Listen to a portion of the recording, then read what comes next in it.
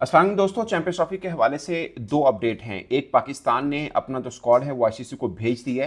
वो 30 रुकनी स्क्वाड है, क्योंकि आईसीसी की जो एक प्रोटोकॉल होता है, कल का दिन लास्ट था कि आपने 30 रुकनी स्क्वाड, तमाम जितनी भी टीमें हैं जो चैंपियंस ट्रॉफी के अंदर हिस्सा ले रही हैं, उन सब ने 30 रुकनी स्क्वाड भिजवाना होता है आईसीसी को। उसको उसका ऐलान करना ज़रूरी नहीं है।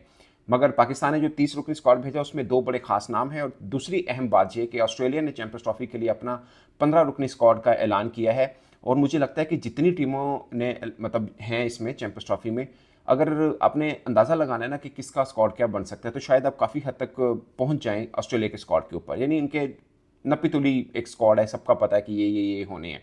एक दो चेंजेस हैं जो कि एक्सपेक्टेड नहीं था पहले, बट वो किया गया है। एक बल्लेबाज जिसको मुझे लगता था कि शायद चैंपियंस ट्रॉफी में होंगे, बट वो नहीं है उसमें, उसका भी जिक्र किया जाएगा। मगर पाकिस्तान के 30 रुकनी स्क्वाड के ऊपर आते हैं। अच्छा, आप थोड़े से वो हो गए होंगे कि पाकिस्तान 30 रुकनी स्क्वाड, ऑस्ट्रेलिया ने 15 रुकनी स्क्वाड, या इंग्लैंड ने 15 रुकनी स्क्वाड अनाउंस किया है, न्यूजीलैंड ने 15 रुकनी स्क्वाड अनाउंस किया, बांग्लादेश ने 15 रुकनी स्क्वाड अनाउंस किया, तो ये 30 रुकनी की क्या बात है।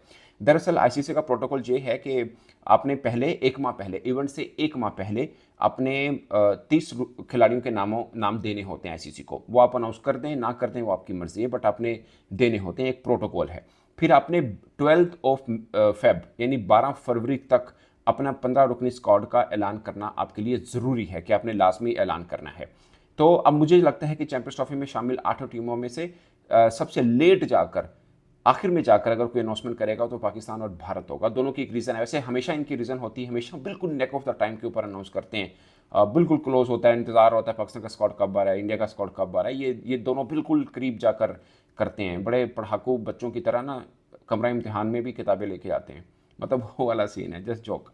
तो पाकिस्तान का प्रॉब्लम यह है कि हमें साइम अयूब का इंतजार करना है कि वो फिट होते हैं नहीं होते। अदरवाइज पाकिस्तान का स्क्वाड भी ऑलमोस्ट तैयार था। अब इंडिया का प्रॉब्लम यह है कि वो बुमराह की तरफ देख रहे होंगे कि बुमराह भी होते हैं नहीं होते, बट उससे पहले उनको इंग्लैंड के लिए टीम अनाउंस करनी है, जो कि 3 वनडे मैचेस इंग्लैंड खेलने हैं। उन्होंने T20 टीम तो अनाउंस कर दी है, और उसमें भी काफ़ी सरप्राइज चेंजेस हैं। ऋषभ पंत नहीं है, शुभमन गिल नहीं है, मतलब जो एक चीज़ है। बट अब चैंपियंस ट्रॉफी के लिए देखना है, विराट कोहली, रोहित शर्मा, बुमराह और दो तीन नाम हैं जिसके ऊपर होगा कि ये होंगे नहीं होंगे। मैं ये नहीं कह रहा रोहित शर्मा विराट कोहली होंगे या नहीं होंगे, बट पॉइंट इस के फिर अगर ये आते हैं तो कौन कौन से नहीं होंगे, और बुमराह फिट है या नहीं है, ये बड़े क्वेश्चन मार्क हैं। But coming back to Pakistan, 30 member squad जो पाकिस्तान ने आईसीसी को भेजा, उसमें फ़खर जमान और साइम अयूब का नाम शामिल है। ये सबसे खास बात है। फ़खर जमान और साइम अयूब का नाम 29 मुमकिन खिलाड़ियों में शामिल है। अब 12 फेब तक पाकिस्तान ने 15 खिलाड़ी अनाउंस करने हैं। अब कह लीजिए इन 30 में से करने हैं, या अगर इन 30 से बाहर से भी लेना हो तो मना नहीं है, क्योंकि ये मुमकिन खिलाड़ी होते हैं। आपको 12 के बाद कोई चेंज नहीं कर सकते अनटिल और अनलेस खुदा ना खासा कोई इंजर ना हो जाए, और जब आप एक बार चेंज कर लें फिर दोबारा वो वापस नहीं आ सकता। ये रूल है, सबको मालूम होगा। बट 12 तक कोई भी चेंज की जा सकती है। बट इन 30 में से ही पाकिस्तान ने 15 चुनने हैं। और अच्छी बात यह है कि पाकिस्तान ने फ़खर जमान, जिनके ऊपर एक थोड़ा सा एक तरह से लगा हुआ था कि वो होंगे नहीं होंगे, वो हैं।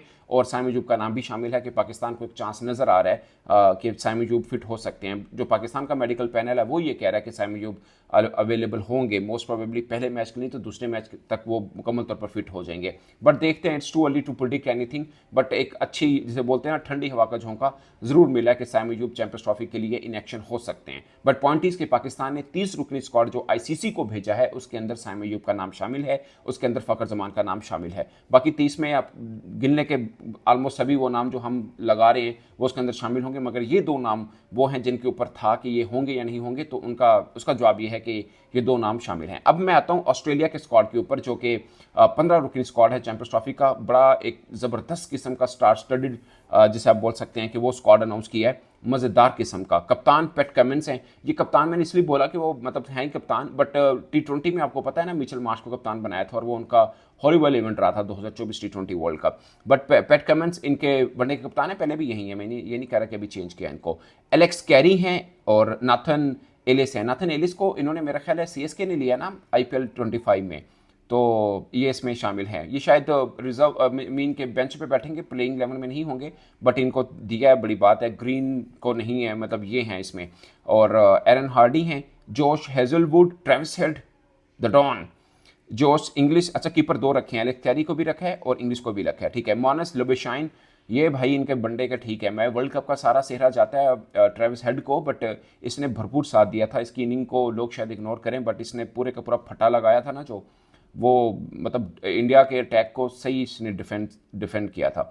मिचेल मार्श जो कि आउट ऑफ फॉर्म थे, इनकी जगह पर वेबस्टर खेले थे आखिरी, अब अगर आपको याद हो टेस्ट मैच, तो लग रहा था कि शायद वेबस्टर को चांस ना मिल जाए, मगर ऑस्ट्रेलिया में ऐसा नहीं होता, वो नपी तुली एक पॉलिसी होती है, उसके मुताबिक वो चलते हैं। तो मिचेल मार्श को इसमें रखा है। वैसे भी मिचेल मार्श आप देख लीजिए कि वाइट बॉल क्रिकेट में डिफरेंट खेलते हैं। यही बात है जो रोहित शर्मा के बारे में भी कही जाती है कि अगर ऑस्ट्रेलिया में अच्छा नहीं खेलें, बट वाइट बॉल क्रिकेट वो डिफरेंट खेल रहे हैं, और 2024 में वो बहुत डिफरेंट खेले भी हैं। अच्छा जी, मैट शॉट को शामिल किया है। अच्छा, ये मैं कह रहा था, मैकगर्क जो था ना, उसका सुनने में आ रहा था कि शायद जेक फ्रेजर मैकगर्क के उसको चांस मिले, मगर मैकगर्क की परफॉर्मेंस कुछ खास नहीं रही, पाकिस्तान के खिलाफ भी खेले हैं। ओवरऑल जो उनका है कि मतलब एक्सपेक्टेशन थी कि शायद वो आ जाए, नहीं हुए। ओडीआई में उनकी 17 की एवरेज बनती है, जो कि मतलब बिल्कुल ही बनती नहीं है ऑस्ट्रेलिया के कद के मुताबिक, और 16 की एवरेज बनती है उनकी T20 में। जो चांसेस मिले उन्होंने परफॉर्म नहीं किया, अगरचे आईपीएल बहुत ज़बरदस्त खेले थे, मगर मैट शॉट को उनकी जगह पे रिजर्व कीपर के तौर पे रखा, बैकअप कीपर कह लीजिए, रिजर्व कीपर मैं कह रहा हूँ। इन्होंने तेज़ तरीन 100 भी किया है बीबीएल का, और बड़ी ज़बरदस्त मतलब बल्लेबाज हैं, तो उनको शामिल किया है। ये एक था, मुझे लग रहा था कि शायद मतलब फ्रेजर ही होंगे, बट ये नहीं है। स्टीव स्मिथ हैं अगेन मंजे हुए बल्लेबाज। मिचेल स्टार्क को शामिल किया है, मार्कस स्टोनिस को शामिल किया है, और एडम जंपा को शामिल किया। अब एक चीज़ नोट कर लीजिए कि इनके पास पूरे स्क्वाड में एक स्पिनर है, बट रेगुलर स्पिनर है, ऐसा नहीं है ऑलराउंडर छक्के भी मार लेता, वो चक्कर नहीं किया इन्होंने। रेगुलर स्पिनर एक लाजमी रखे, और ये जहाँ पे भी जाते हैं रेगुलर स्पिनर को लाजमी रखते हैं, और खासकर पाकिस्तान के अंदर खेल रहे हैं ये, तो एक मीन बनता है ना कि एक रेगुलर स्पिनर तो होना चाहिए। और फिर दो और भी हैं इनके पास, ट्रेविस हेड है और ग्लेन मैक्सवेल है, ये दो स्पिन डिपार्टमेंट को भी संभालेंगे।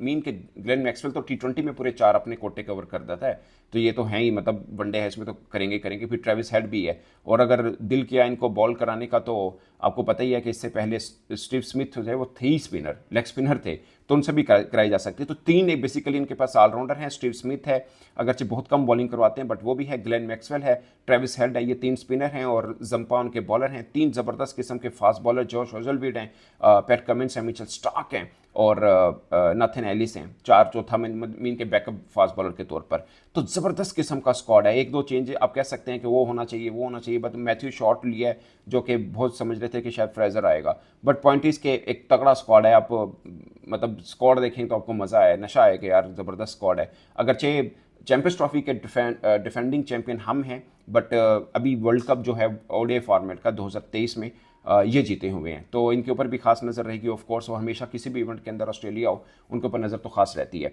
अब पॉइंट इसके दोस्तों आहिस्ता आहिस्ता सबके चैंपियंस ट्रॉफी के स्क्वाड सामने आ रहे हैं। इंग्लैंड का हो चुका हुआ है, न्यूजीलैंड का आ चुका हुआ है, ऑस्ट्रेलिया का आ चुका हुआ है, बांग्लादेश का आ चुका हुआ है। अब इंतज़ार है बाकी टीमों का कि वो अपना कब अनाउंस करें, खासकर पाकिस्तान और भारत कब अनाउंस करें। ये मैं आपको बता दूं 12 तक की लास्ट डेट है ना। पाकिस्तान भी कोई 11 की रात को करेगा, इंडिया भी कोई 10-11 की रात को करेगा। हो सकता है वो भी ओडीआई सीरीज़ खेलनी है इंग्लैंड के खिलाफ, वो कर दें, बट उसमें चेंज की जा सकती है, ज़ाहिर है 12 तक का टाइम है उनके पास। तो ये है दोस्तों अभी तक के जो अनाउंस हुए स्क्वाड, उसमें आपको सबसे मजबूत कौन सा लगता है, अपनी राय कमेंट के साथ में जरूर बताइएगा। और फ़खर जमान एंड साइम अयूब की वापसी आपको मुबारक हो। बस दुआ कीजिएगा कि साइम अयूब मुकम्मल फिट हो जाए, तो धांसू किस्म का ओपनिंग पार्टनरशिप पाकिस्तान की भी लगेगी। मेरी तरफ से इतना ही दोस्तों, इजाज़त दीजिए, अल्लाह हाफिज़।